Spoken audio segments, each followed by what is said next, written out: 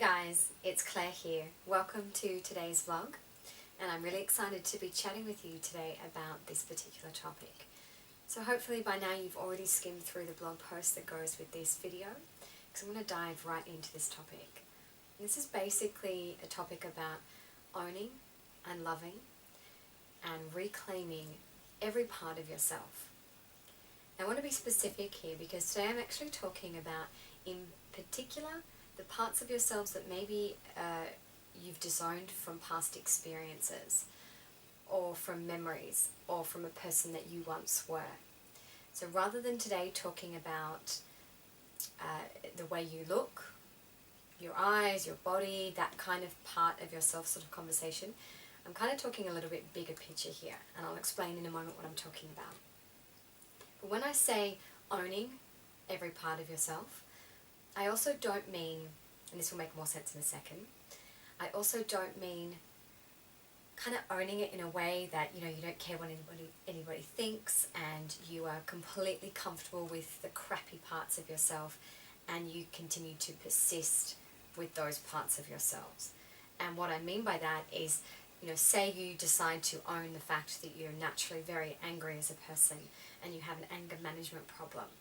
And instead of owning it and making peace with it, you've chosen to own it and work it and keep it as part of your personality at the detriment of yourself and others. So I just want to be clear up front, I'm not talking about that. So when I talk about owning something, I'm talking about making peace with it. And to me, this is the highest example of self-love. I'm going to get into it now. So this has basically been inspired from more than one conversation I've been having with clients. And as I mentioned in the blog, this tends to happen for me when I am in the middle of learning or absorbing or studying or reading around a particular topic. And it's probably because the universe is sending the message for myself. And I am going to share with you in a moment what my particular experiences that I've had to own and I've had to work through. So we're essentially talking about shadow work here. We're talking about going into the darker parts of ourselves, or going into the darker memories of ourselves that we don't like, that we're ashamed of, that we feel guilt around, that perhaps we look back on with a lot of regret, and that we think, I'm just going to pretend that I've dealt with that, I've made peace with it, and then I'm going to move on to the rest of my life. However, the rest of our life doesn't seem to quite flow, or doesn't seem to quite bring us the stuff that we think that we want. And there's a reason for that. So when there are these experiences or these memories or these parts of ourselves that we have chosen to suppress or ignore, and we haven't made peace with it, in fact we haven't even found any love within that, then what we actually want in life, which tends to be directly related to that part that we're disowning, is elusive. It's kind of like water through our fingers. We don't really have the chance to grip onto that and to actually get what we want out of our life. So I'm just going to give you a bit of an example here to kind of bring this to life. Imagine that there was something that you did quite a few years ago. Maybe it's one particular experience, or maybe it was over a few years. Maybe it was a series of judgments or hurt, or maybe you cheated on somebody a lot. Just take yourself back to a memory of something that maybe you did, or one part of yourself that was prominent in your life that isn't anymore. And think about how you feel towards that. Some of us actually have made peace with it, and we have chosen to see the good in those situations. A lot of us, though, have chosen to move on without actually having to do the work around that and to find the love within it. So with that memory in your mind, just think about how you think about yourself at that past experience. So what are the words that come to you when you're reminiscing about you in the past doing what you did? So often the negative experiences that you have, we still carry negative emotions and thoughts and attitudes towards. So I'm going to use an example of myself here just to explain what I'm talking about. So as a kid, I used to tell a lot of white lies. I don't know, I think a lot of kids do.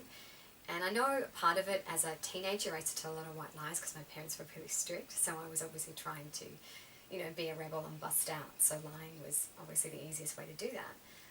But I used to tell a lot of just random little lies for no reason whatsoever. Colourful lies about what I was doing or where I was going. Just kind of being a little bit silly and creative. But there was a period of time when I looked back at that and I really didn't like it. I was really ashamed and felt guilty of the fact that I was a liar. It's hard to admit that, but yep, I lied. I lied a lot. And so there was a huge period of my life, maybe in my early 20s, when I was really passionately against anyone that lied. So I swang the other way. It's like the shadow part of me that I hadn't owned and that I hadn't made peace with and found love in. I turned that into something that I was incredibly judgmental about. So anyone that lied to me, I would take it, into a huge level, and I would really overreact. And I would often tell people before they even got to know me better that, if you lie to me, that's kind of it. Our relationship is done. So it's kind of fascinating to see that when we disown certain parts of ourselves, they continue to come up until we make peace with it. So now I kind of want to clarify to you what I mean by making peace with it and falling in love with that part of yourself. And I'm going to share with you a technique as to how you could maybe do this if you've identified a period or a memory or a past experience or even just a part of yourself that you just haven't loved or owned or claimed in any way. So what was important for me with my experience was to start to see the positive and the light and the goodness in being a liar. And you're probably thinking, a liar isn't so great.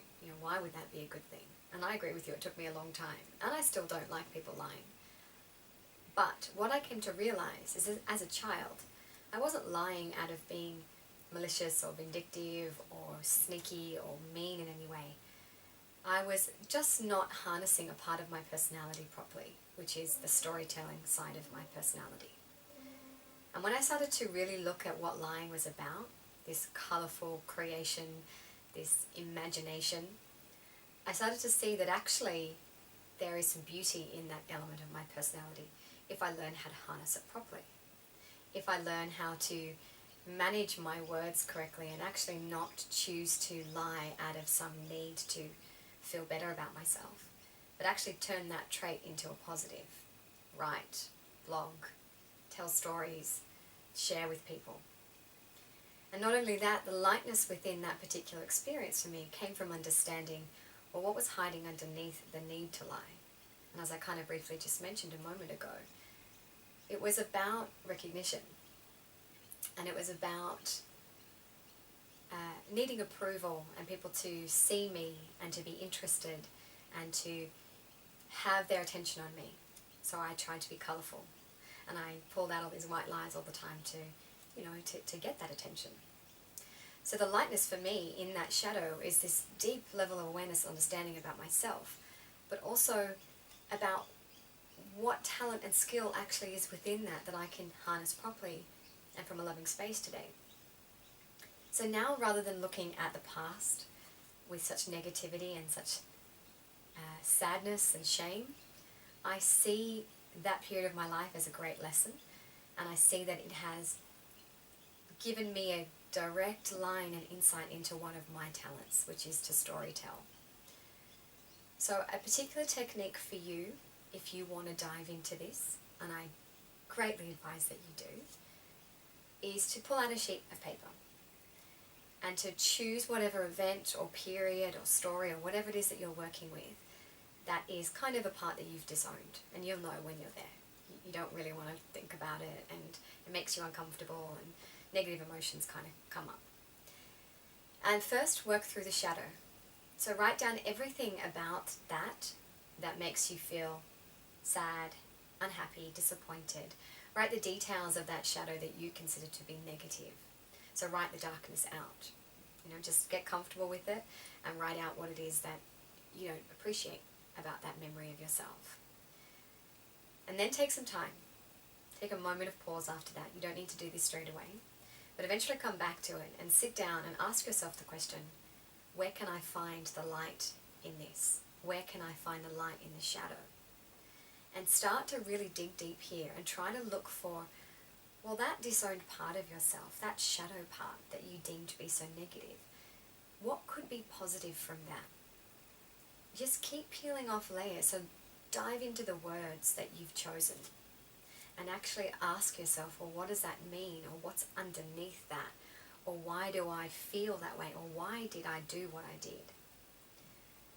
So I think that's a really powerful exercise in terms of starting to see that within yourself, the disowned parts of yourself, that there is actually a positive.